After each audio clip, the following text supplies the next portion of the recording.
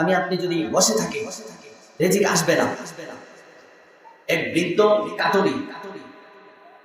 কাঠুরি উনি ওনার প্রত্যেক দিন কাঠ কেটে কেটে ওনার জীবিকা চালায়।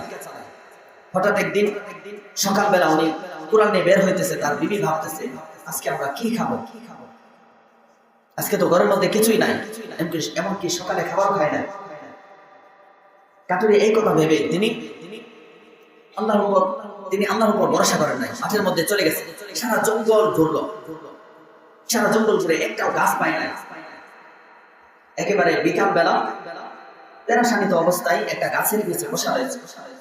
গাছের নিচে যখন বসলেন হঠাৎ দেখতে পাইলেন ছোট্ট একটা গাছের মধ্যে একটা পাখির বাসা। ওই পাখির বাসাটার মধ্যে দুইটা ধানা ভাঙ্গা পাখির বাচ্চা, এই দুইটাও খাবারের জন্য কান্না করতেছে, হা হা করতেছে।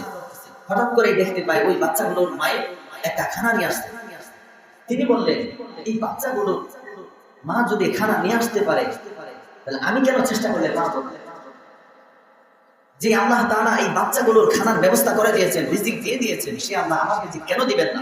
তিনি বের হয়ে গেলেন, আল্লাহর উপর ভরসা করে যখন উঠলেন, উঠে দাঁড়াইলেন, সামনে যাইতে লাগলেন। কিছু দূর যাওয়ার পরেই দেখতে পাই হঠাৎ তার সামনে একটা গাছের মরা ডাল ভেঙে পড়ছে।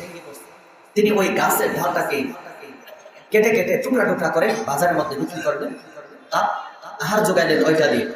আল্লাহ তাআলা ওই ইয়া দিয়েও, ওই যে গাছের ডালটা দিয়েও তার রিজিকের ব্যবস্থা করে দিলেন আল্লাহর উপর ভরসা করার পর। এজন্য আমরা যদি আল্লাহ তাআলার উপর ভরসা করে চেষ্টা করি, আল্লাহ তাআলা অবশ্যই রিজিকের পথ খুলে দিবেন।